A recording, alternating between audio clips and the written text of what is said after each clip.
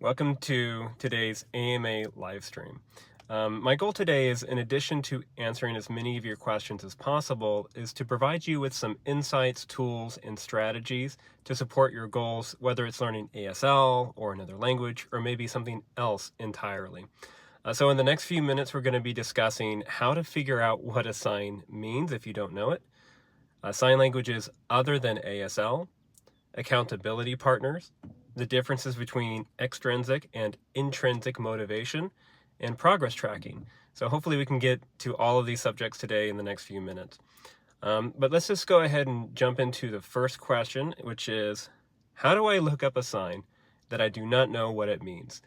This is a very common problem for a lot of students, and even if you've been doing this for years, you're going to come across signs that you're unfamiliar with. So in my head, there's three different ways that you can do this. There's ask somebody in person.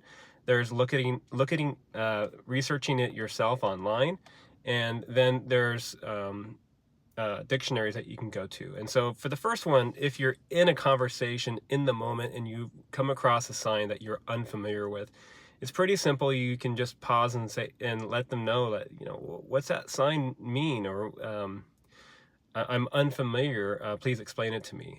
If it's in real time, you can have the benefit of doing that. But sometimes we come across a lot of these signs passively, right? Maybe we're watching a video or maybe we're watching a movie and we come across this sign and we don't know what it is. So we could try to remember what that sign is and then ask somebody after the fact. Or if we don't have that resource available to us, we could do the research ourselves online. One really effective tool for this is a tool on HandSpeak.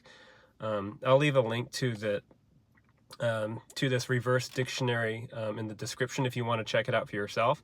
But basically what you can do is you go through the parameters of a sign, and then it'll give you a database that you can kind of click through and try to hone in on what the sign is.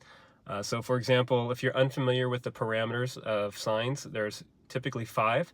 There's hand shape, there's orientation, there's location, there's movement, and then the 5th one is expressions, or it could be non-manual markers.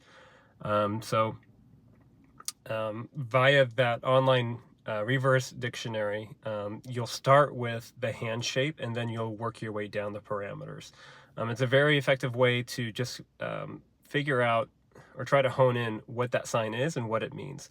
The third option is if you want to go the paper route, there's a very effective reverse dictionary called the American Sign Language Hand-Shaped Dictionary. And I'll also leave a link to that if you're interested in checking it out. But it works in the same premise to where you start with the hand shape and then you work your way through the parameters and you can dial in what that sign means.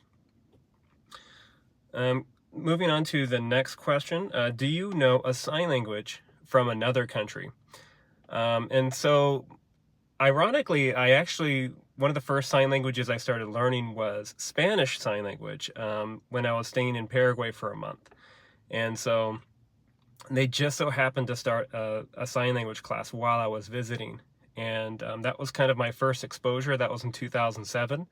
And then in 2009, my wife and I started learning ASL together in a more formal way via classes and such. And we started very quickly getting into the deaf community and expanding our knowledge and our network and going from there. But as far as knowing sign languages from other countries, I love that question because it really shows that ASL is not the only sign language, right? And so many countries around the world will have their own sign languages. For example, France has French Sign Language. The UK has British Sign Language. Germany has German Sign Language. And so there are many sign languages around the globe, and they're very diverse and very unique. As far as signs from different sign languages, I have gleaned a few over the years. For example, hello or nice to meet you in Japanese Sign Language is like this, to where they're bowing down to one another in a formal way. Spanish Sign Language, or more specifically Mexican Sign Language, I've gleaned a few of those signs when we lived in Southern California, and we would take trips down to Mexicali, Calexico, that area, and some like Spanish initialized signs like "Cómo estás" instead of how to meet you. It's if I'm remembering this correctly, it was "Cómo estás." So you'd use a C and the E. And Spanish Sign Language, or I should say Mexican Sign Language in particular, tends to have a lot of overlay with the way the alphabet is. That is not the case in other sign languages. For example, what I remember of British Sign Language, you would go through the vowels, and you do use both hands. So A, E, I, O, U. So it would be A, and if I remember right, this was B, C, D, and then going back to E, and you can kind of go from there, but there's a lot of diversity within the different languages, and so I've only gleaned a few signs from various other sign languages, but they're definitely unique and fun to learn. The third question is, does it help to have an accountability partner? And what might that relationship and interaction look like to be most beneficial? I found a really good article written by Western Governors University that goes into more detail about accountability partners, what they are, and how you can find them. But just to surmise, an accountability partner is just somebody that can help you stay on track with your goals, right? So if you are in the realm of trying to learn a new language and you want to have an accountability partner, maybe you could ask a friend or a relative, maybe somebody that is within the community that you're currently involved in, and just let them know, hey, this is something that I'm interested in doing. And it could be a regular thing like, hey, we're going to meet on a weekly basis and we're going to just have conversations in this target language that we're learning. And this could be applied to a lot of different aspects, a lot of different goals, intentions. For instance, if you're wanting to have an accountability partner for maybe a new hobby that you're trying to do, or maybe a new goal of like running, you could let them know, hey, first of all, you let them know what your goal is and maybe set some parameters for that goal. Hey, I'm going to be doing 2 runs every week in preparation for a race that I set out for myself.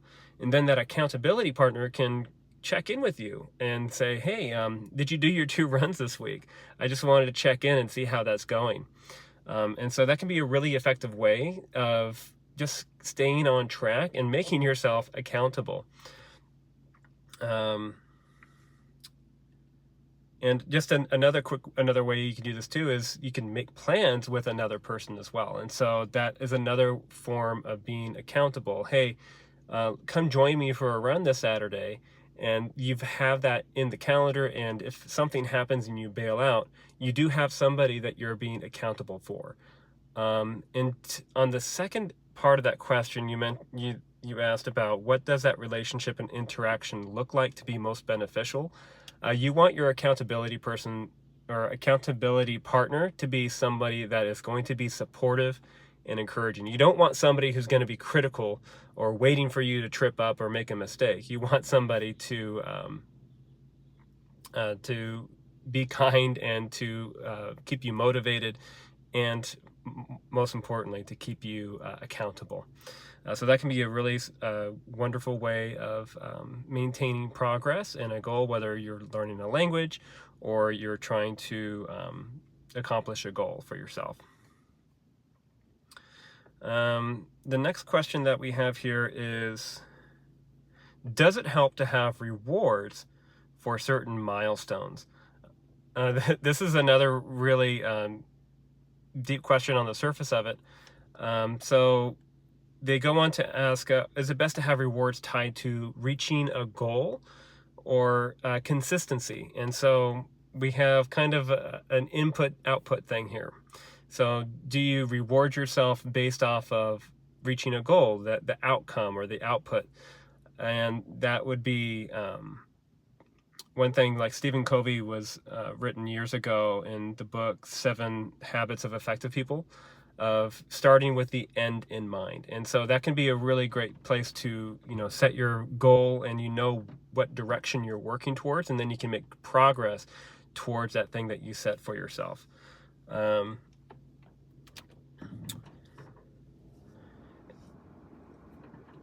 But then there's the input side of things. And so you want to accomplish that thing by doing something on a regular basis, maybe a weekly basis, maybe it's a daily basis. And you could set up rewards for that as well. Do I want to reward myself for the outcome, or do I want to reward myself for the process? And that reward in of itself is extrinsically motivating, right? It's something that you're working for, and you get that reward at the end. However, what's most effective, I've found, is to have something that is intrinsically motivating, something that the work itself is enjoyable. And so this is a really motivating thing to do, as far as, for example, if you enjoy going to deaf events, and if you're learning ASL, and that in of itself is a reward. And so that's going to be much more sustainable in the long run. And you could reward yourself for maybe forcing yourself to go, or whatnot.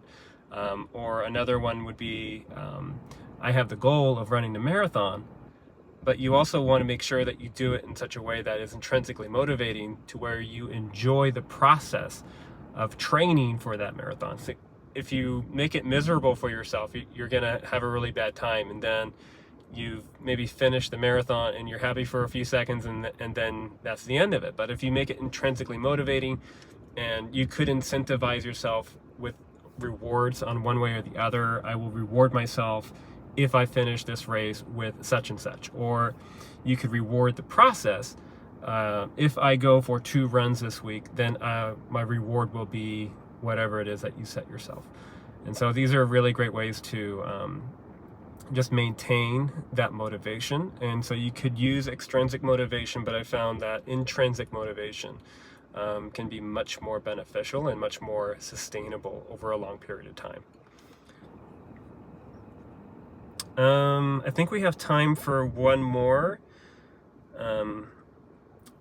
If I'm asking a friend if there is snow at their house, does the facial expression make it a question? And I'm going to refer another article. This one's by Bill Vickers from LifePrint.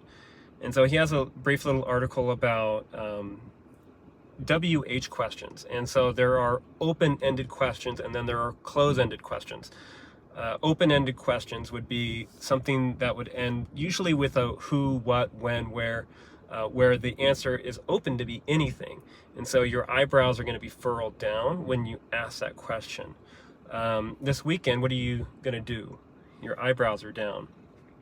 On the converse side, if your question is a yes or no, is there snow at your place or at your house? Your house, did it snow? And your eyebrows are going to be up, and it's going to imply that that is not a statement. That is a yes or no question. And so if you'd like to go into a little bit more detail on that, I'll again leave that link to the Bill's article about the eyebrows being up or down in relative to open-ended versus close-ended questions. So I think I have about just a few seconds here. So for everybody that had joined me, I really appreciate everybody joining for this AMM. I do enjoy getting this chance to connect with you, and I appreciate the support for everybody showing up. Just to go over some of the comments before we leave, I see Molly Joyce is saying, hi, are you on holiday? No, I'm not on holiday. This is literally my lunch break. Nana Brisk said, hi, I was watching ASL Numbers Explained. Could you please do more videos about bridging? Sure, I'll definitely try to do that. unfortunately, at this time, my secular job is taking up a lot of time, and then I also want to make sure that I have a lot of. I am a father as well. My daughter's 6 years old, and I want to make sure that I have enough family time, and with as many hours as I'm currently working with interpreting, recording extra videos is a bit of a tall order at this time. So that's part of the reason why I'm doing these live streams. It forces me to at least have some way of communicating with everyone, and to be able to put something out there. I want to be able to give as much as possible, and so this is kind of a good format for that, to where I'm not taking away family time and sitting in front of a camera constantly re-recording the same thing over and over again.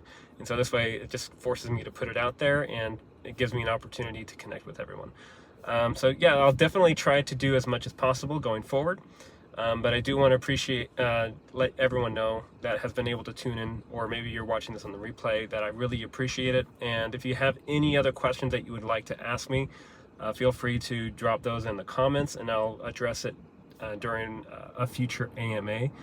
And again, I really appreciate it, and well, hope you have a good day. Bye.